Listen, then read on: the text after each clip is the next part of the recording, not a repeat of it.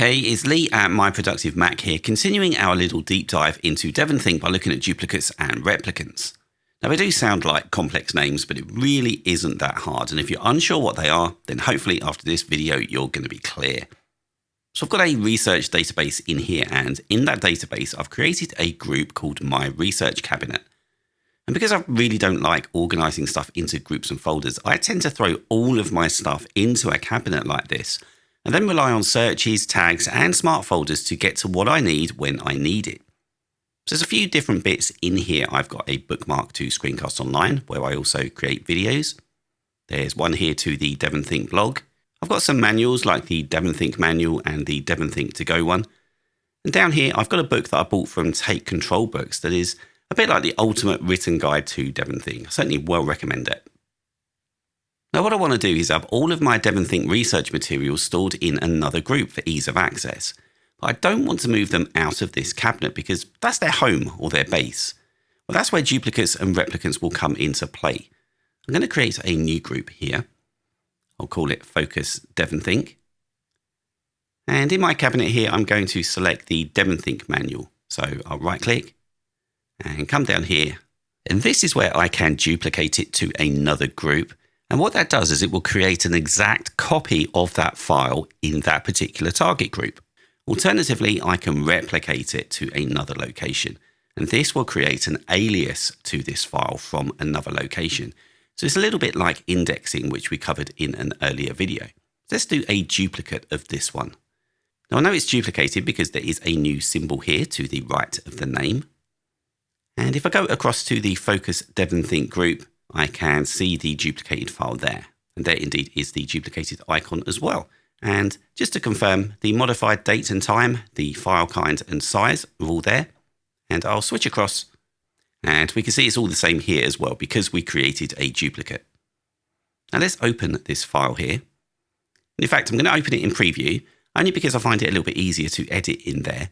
And I'm just going to get my highlighter and highlight this title here.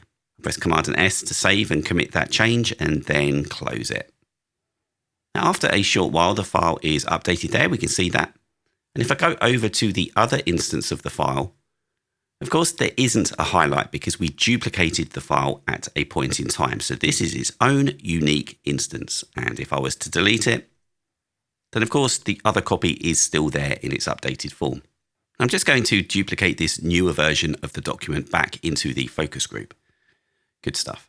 Right, I think I'll also come down and I'll duplicate the bookmark to the DEVONthink blog because it'd be useful to have that in my new group as well, but maintain its presence in the main cabinet. Okay, let's take a look now at how a replicant is different. So I'll come down to the DEVONthink book that I bought, and this one I'm going to come down and replicate it to my focus group.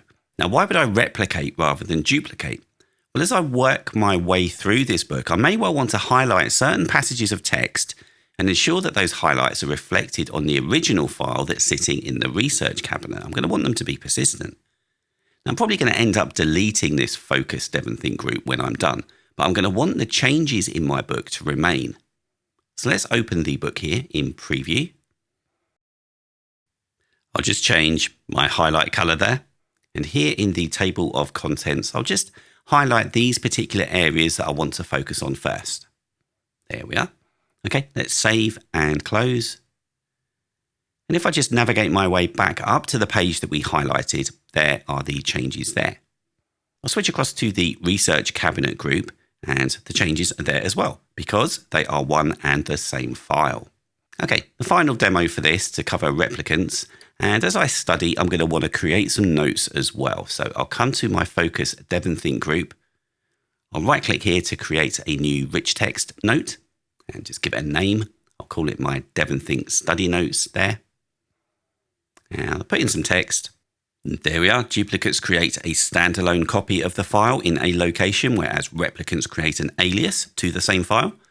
So let's replicate this note to my research cabinet. And just to highlight up here, there is an icon for the replicant. It looks very similar to the duplicate.